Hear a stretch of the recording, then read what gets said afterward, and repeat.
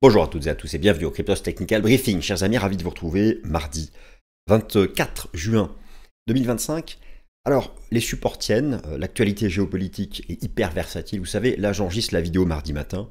Imaginez si je l'avais enregistrée lundi après-midi. L'actualité n'était pas la même. Encore dimanche et lundi, le marché craignait de voir le détroit d'Ormuz fermé. Autant vous dire que si le détroit d'Ormuz avait été fermé, attention, restons prudents. Imaginons qu'il le soit. C'est la carte maîtresse de l'Iran. Bon, si le détroit d'Ormuz avait été fermé, ou imaginons qu'il finisse par l'être, c'est pire que le déclenchement de la guerre en Ukraine. C'est 30% de l'offre mondiale de pétrole. C'est une mise à l'arrêt des économies, notamment la Chine, qui importe une grande partie de son pétrole, partie dominante de cette région. En fait, si le détroit d'Ormuz était fermé ou avait été fermé, c'était un Hormuz crash, comme à l'époque nous avions eu un Covid crash qui était une économie mise complètement à l'arrêt parce qu'on avait appuyé sur le bouton off pour éviter la propagation du virus. Bon, nous avons évité, quand j'enregistre cette vidéo, ce scénario. Cessez le feu maintenant, reste à voir s'il sera appliqué, mais effectivement, les supports ont tenu, in extremis, la zone des 98-100K a tenu, le cours du Bitcoin se maintient au-dessus de ses moyennes mobiles à 200 jours, il y a toujours des indicateurs avancés qui sont optimiste du côté de la liquidité, du côté du cycle, le cycle qui se termine en fin d'année, enfin quelque part entre octobre et novembre 2025. Moi, vous savez, je me disais qu'au fond, même s'il y avait eu un méga drop du fait de cette géopolitique qui écrase tout, qui écrase encore tout, mais qui écrasait tout, encore une fois, face à une pluie de missiles, votre graphique ne pèsera pas grand-chose. Mais bon, d'ailleurs, on le voit. Puisque si les supports ont tenu, c'est aussi en grande partie grâce à ça. D'ailleurs, sur les différentes classes d'actifs, l'or potentiellement valide un top majeur. C'est vrai que lui, il est arrivé au bout de son cycle d'un point de vue technique, mais bon, le pétrole, le retour au sud du pétrole est vraiment une bonne chose, sachant que semble s'entrouvrir, je dis bien s'entrouvrir, donc imaginez une petite porte, mais il y a encore le loquet derrière, mais elle s'entrouvre, mais il y a encore le loquet. Le petit loquet avec une petite chaîne, donc ça bloque un moment, semble s'entrouvrir la porte d'une reprise de la baisse du taux d'intérêt des fonds fédéraux, bon la baisse des taux de la Fed, en juillet. La vice-présidente de la Fed en a parlé lundi. Que se passe-t-il? On sait qu'au sein du FOMC, ces beaux messieurs dames qui décident de la politique monétaire de la Fed, il y a deux groupes. Et il y a le groupe pour juillet qui commence à prendre du poids. Est-ce que la pression de Trump a agi? Bon, en tout cas, peut-être des craintes pour la croissance US, c'est vrai. L'inflation US-PCE est mise à jour d'ailleurs cette semaine. Bon, moi, je n'ai jamais cru une seconde vague d'inflation. Pour l'instant, les chiffres m'ont donné raison. D'accord? Sachant que beaucoup l'annoncent depuis 2 mois en lien avec les tarifs douaniers. D'ailleurs, la Fed le dit que même si... Parce que n'oubliez pas ça, la géopolitique, on en a carrément oublié la guerre commerciale. La date limite pour les accords commerciaux, c'est le 9 juillet. Ah mais on n'est pas sorti d'affaires sur les fondamentaux.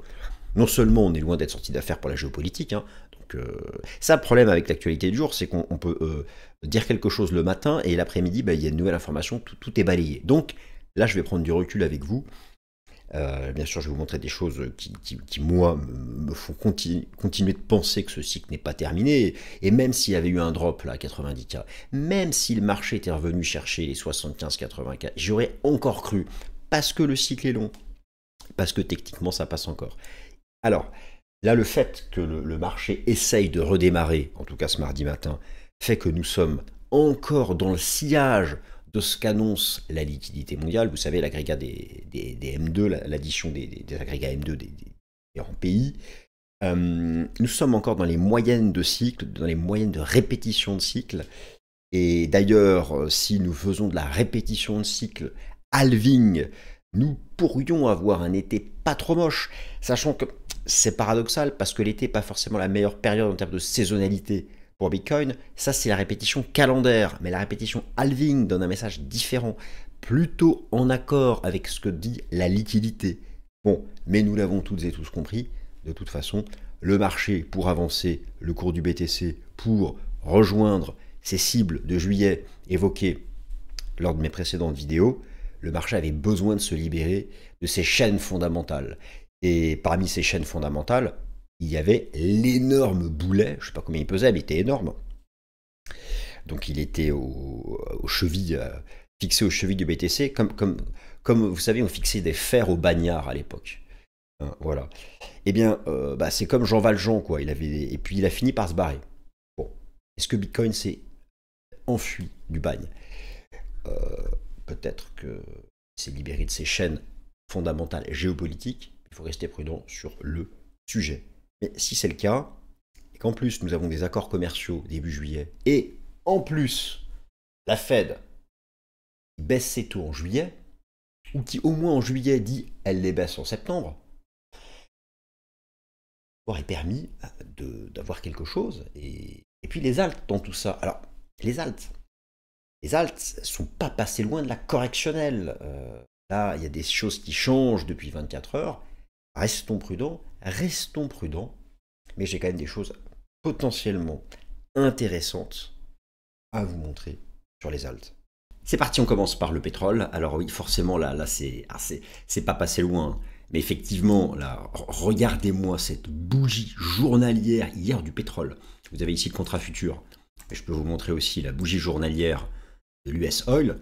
C'était techniquement parlant, que ce soit d'ailleurs le Brent, que ce soit le WTI, c'était la dernière chance. Cette trendline était la dernière chance technique. Et voilà les effets du cessez-le-feu.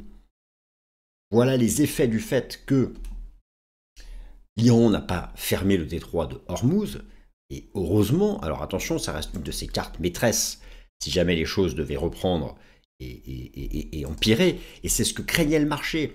D'ailleurs, vous l'avez vu dimanche dernier, lorsque le Parlement iranien a voté en faveur de la fermeture du détroit d'Hormuz, mais c'est pas lui qui décide, eh bien, le BTC avait tout de suite pris une claque. Beaucoup se posent la question, mais pourquoi tous ces pays ont une telle importance? Parce qu'ils ne produisent pas grand-chose sur le plan des biens industriels, par exemple, ils produisent du pétrole, et tout ce beau monde produit quasiment un bon 25-30% de la production mondiale de pétrole. La production mondiale de pétrole qui est autour de 100 millions de barils jour. Je vous ai mis ici la production de tous ces pays, donc l'ensemble de ces pays produisent autant que les États-Unis, chacun autour de 20, 21, 22 millions de barils jour. Ce qu'il faut savoir, c'est que tous ces pays, l'Arabie Saoudite notamment, exportent via des ports qui sont autour du golfe Persique. Il n'y a pas d'alternative. Il n'y a pas des voies ici de chemin de fer, il n'y a pas des routes, et on n'exporte pas le pétrole par avion. Donc il fallait passer par ce détroit, il faut toujours passer par ce détroit, un détroit que l'Iran peut fermer militairement. Pour l'instant, ce n'est pas le cas. Donc ce scénario fondamental noir est évité au moment où j'enregistre cette vidéo, et j'espère que ce scénario fondamental noir restera loin de nous, même quand cette vidéo sera publiée. En tout cas, il est de bon augure de voir un rejet du cours du pétrole sous cette résistance, et au passage, de voir aussi un rejet pour le cours de l'or.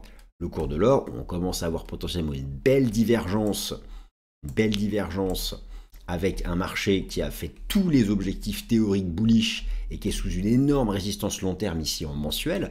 Bon, il y a des éléments quand même rassurants dans le sens où si le pétrole revient au sud et que l'or baisse, c'est que le mode risk-off du marché est en train de s'atténuer. Le mode risk-off est en train de s'atténuer. Bon, ça c'est la bonne nouvelle.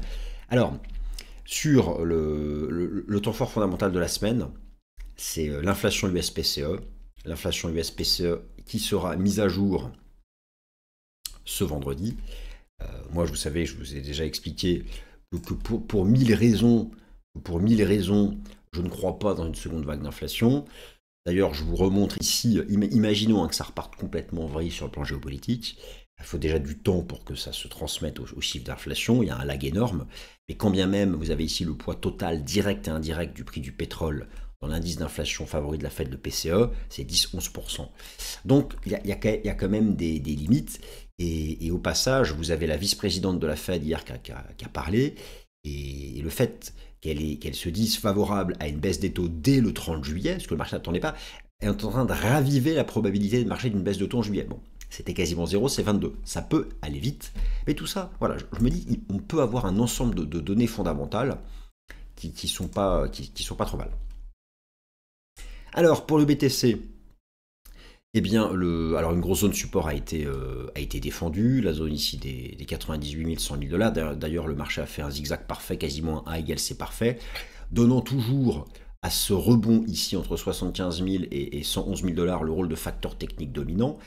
Euh, Toujours la possibilité, alors moi vous savez que je ne fais pas la comparaison avec cette divergence ici de la fin de cycle, parce que comme j'ai pu déjà vous l'expliquer, ici tous les modèles de fin de cycle clignotaient, et ici il n'y en a aucun, à part ce qui ressemble à une div, et encore elle est différente. D'ailleurs, si vous tracez votre trendline comme ça, le marché peut aller chercher la résistance ici. Et effectivement, il y avait une div, d'ailleurs la div a provoqué cette petite conso, la div weekly potentielle.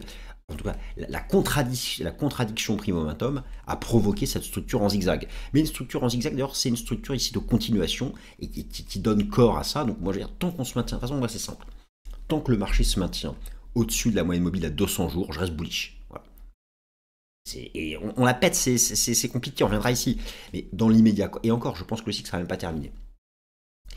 D'ailleurs, je vais vous remontrer un certain nombre de choses sur ces aspects-là. Alors, tout d'abord, effectivement, nous sommes encore dans les clous de la corrélation avec la liquidité mondiale. Encore une fois, ce n'est pas copier-coller, ce n'est pas un indicateur magique, mais on peut déjà se dire que cette liquidité mondiale a permis d'amortir le choc, hein, eu égard à l'actualité que nous avons vécue, que nous vivons encore. Et même au-delà de ça, il y a une petite décorrélation lorsqu'on projette en leading indicator de 70 jours. Par contre, en projection 84 jours, on est toujours complètement dans les cordes. Donc effectivement, ça fait partie des facteurs de soutien où l'on se dit que bien voilà, les choses peuvent être intéressantes sur fin juin et le mois de juillet sur le cours du BTC. Mais même si ça n'avait pas été le cas, de toute façon, le cycle est encore long. Laissez-moi d'ailleurs vous montrer ce graphique qui fait donc une comparaison de tous les cycles de 4 ans depuis 2009, avec le max, le min, la moyenne, et nous sommes en rouge. Et vous voyez bien que si on fait la moyenne de tous ces cycles, tout culmine quelque part entre octobre et décembre 2025. Le bear market pour 2026 est assuré. D'ailleurs, c'est assez intéressant que nous sommes la courbe rouge et qu'on a retrouvé la moyenne. Vous voyez, la courbe noire, là, c'est la moyenne des cycles passés. Et ça nous indique quand même que, voilà. D'ailleurs, si on avait suivi la moyenne, on était plutôt en drop jusqu'à début juillet et on repartait ensuite. Et vous voyez bien qu'on n'est pas tout le temps collé à la moyenne. Mais ce que je veux dire, c'est que le cycle est encore long. Et quand bien même Hormuz aurait été fermé et que le machin droppait à 80K, on s'inscrivait encore dans de la volatilité, mais dans des moyennes de cycle. Donc, ça, c'est le premier chart que je vous montre pour vous dire, ça se termine en fin d'année. Donc, il reste du temps. Il reste du temps. Alors, ici, je vous montre la corrélation avec le 84 jours. Sur ce graphique, elle est beaucoup plus nette. Elle est beaucoup plus nette. Et d'ailleurs, ça, c'est une capture d'écran qui date de 2 jours. Et depuis, le marché a pumpé. Hein. Donc, ce qui montre que, vous voyez, 12 semaines, c'est 84 jours. C'est pareil, hein, d'accord. Faites 12 x 7, vous allez trouver 12 x 7, 7 jours par semaine, faites 12 x 7, vous allez trouver 84. Nous sommes encore... Alors attention, hein, n'utilisez absolument pas l'axe des ordonnées ici pour faire une comparaison BTC. Hein. Chacun, la liquidité et le BTC ont chacun leur propre axe. Ça ne donne pas d'indication en termes de target de prix. C'est plus la tendance. Enfin, en tout cas, il n'est pas perdu encore ce scénario de voir BTC coller donc à la liquidité en répétition calendaire. Je vous montre à nouveau ce graphique en répétition calendaire pour voir que pardonnez-moi, pour voir que regardez les 2 cycles précédents, comment toute la hausse quasiment s'était fait en dernière partie de cycle. On n'y est même pas encore. Donc tout ça, ce sont des choses où on se dit voilà, bon, la géopolitique redeviendrait sous contrôle. On a des accords commerciaux début juillet et la Fed pivote en juillet ou en septembre. Pourquoi est-ce qu'on n'aurait pas un finish comme ça? Attention, on va pas aller à $1 million, on va pas aller à 500 000. Et bon, voilà. Vous connaissez moi mes targets, j'ai déjà évoqué le sujet plusieurs fois, entre 125 et 145. Des targets que vous retrouvez ici de VAC 5 sur mon weekly. Et vous savez, même si ça avait droppé, ça peut encore dropper, hein, j'en sais rien, je ne sais pas ce qui va se passer d'un point de vue géopolitique, mais quand même le marché aurait fait ça, au pire, moi, parce que je m'étais posé la question, effectivement, alors, en cas de fermeture du détroit d'Ormuz, puisque c'est une économie qui est mise à l'arrêt, ça peut ressembler à un Covid crash. Hein. En cas de fermeture du détroit d'Ormuz, le Covid crash, c'était ça. C'était donc un Bitcoin quand même qui avait été divisé par 3. Et c'était une économie complètement mise à l'arrêt. Fermeture du détroit d'Ormuz, les effets sont beaucoup plus radicaux que le déclenchement de la guerre en Ukraine. La Russie, c'était 10% de la production mondiale. Là, le détroit d'Ormuz, c'est 25-30%. Et vous avez beaucoup plus d'économies qui sont impliquées. Donc moi, dans mon esprit, ce scénario géopolitique noir nous ramenait par ici, en fait. Je pense, voilà, on revenait tester, là je suis en arithmétique, mais en log, c'est cette règle-là, je pense que le marché serait revenu s'appuyer ici avant de repartir. Ça aurait été mon worst case scénario. Alors maintenant, là je vous ai montré la répétition calendaire à l'instant, la répétition halving, elle. La répétition halving, nous sommes là, nous sommes 430 jours après le halving, et vous voyez que les deux cycles précédents, à partir de 435, 432, ont des phases plutôt sympas. Donc là aussi, ça va plutôt dans le sens où nous, notre cycle est en rouge. Alors le cycle de 2012 est fini depuis super longtemps. Ça, lui, c'est fini. Les deux cycles précédents, eux, le sont en fin d'année. Ça nous amène, voilà, 530 jours après le halving.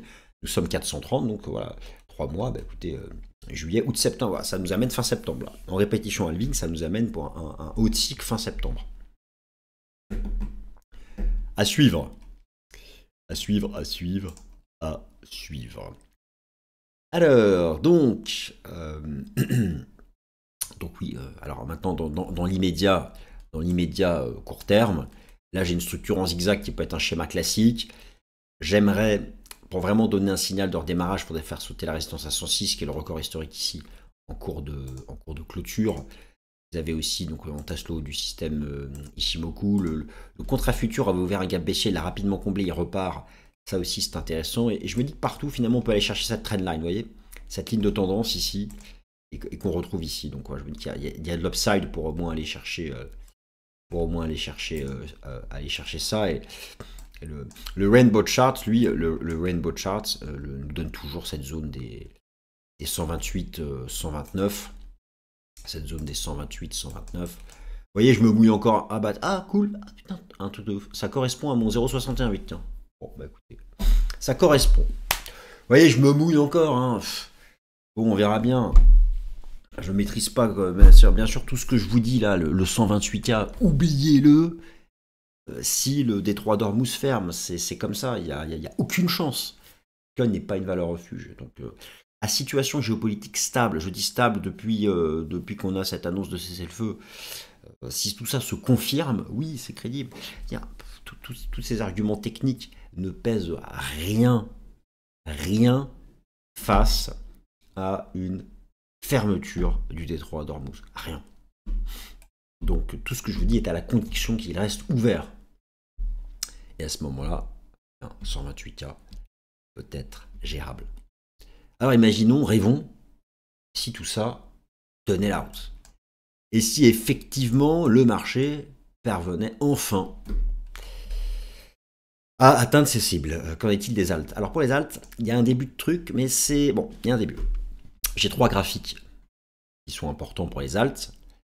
Les alts, hein, c'est tout, plus personne n'ose en parler parce qu'à chaque fois, c'est que des feux de paille. Mais bon, il y a le début d'une div sur la dominance du Bitcoin. Après avoir tracé 78,6 de tout ce bordel. Il y a le début d'une div. Il y a le début d'une div sur le ratio total 3 sur BTC. Bon, même si le vrai support est là, il y a potentiellement le début d'un truc. Il y a, ça je vous l'ai déjà aussi montré, il y a encore l'esprit de la div. Il y a toujours la compression, mais nous ne sommes sortis de rien. Bon. Donc, prudence, mais effectivement, ça je vais suivre ça de près. Qu'est-ce qui activerait la divergence sur la dominance du Bitcoin et déclencherait cette saison des alts? C'est casser ce niveau. Ce niveau. Vous cassez ça, c'est bon. C'est la partie, on va au moins là. Mais, vous voyez, là, je n'en dirai pas plus parce que Total 3, c'est quand même tendu. Total 3 a cassé l'équivalent ici du bord du gouffre. Heureusement, la Wingspan a tenu. Bon, si on réintègre le Kumo et qu'on casse cette trendline à la baisse, là, on la reprend. Ok, c'est bon. Mais vous voyez, ça reste encore touchy du côté des alts. Donc, il faut être prudent. Allez, je termine un mot rapide sur le reste. Alors, ETH, les bandes sont claires. $2130 fait support, vous voyez, c'était la partie basse de toute l'accumulation de l'été dernier. Le marché avait récemment échoué à 2700, qui était le point de départ de l'accélération victoire de Trump. Les deux bornes sont ici. On peut croire encore au scénario bullish tant que le marché se maintient au-dessus de ce support, les $2100. La vraie accélération, ce serait de dépasser pour de bon ce seuil des 2007. Ensuite, le BNB, lui, c'est intéressant de voir que la trendline a tenu, hein, elle est là, plus ou moins sa dernière chance technique. Il y a toujours l'idée d'avoir ici une compression avant breakout. Ce serait un signal exceptionnel, hein, de faire un breakout de cette résistance. Ça sera équivalent à celui-là. Mais c'est bullish au-dessus de ça. Solana, là aussi, on peut croire que ce mouvement en 3 temps est un retracement de cette vague d'impulsion. On a eu une première vague, et il manquerait donc une réplique. Ça a été un peu plus faible. Il y a l'esprit de la divergence ici en daily. Bon. Le marché suivra de toute façon, Bitcoin. Et enfin un mot sur Tao, où l'on peut croire aussi que cette jambe de hausse ici est le facteur technique dominant. Le marché l'a retracé sous la forme d'un zigzag classique qui ressemble au zigzag du Bitcoin. Et à ce moment-là, eh bien, faire une vague A, une vague B, et il manquerait une C. Une C qui peut nous ramener au contact ici des 600, 650, mais in fine, Bitcoin fera la décision. Et ce qui est intéressant, c'est que la bougie de lundi confirme cette mèche ici du dimanche. Reste maintenant à obtenir une situation géopolitique stable et à confirmer ça par le dépassement de résistance. Voilà les amis. Eh bien, merci à toutes et à tous de m'avoir écouté. Je vous souhaite une bonne journée.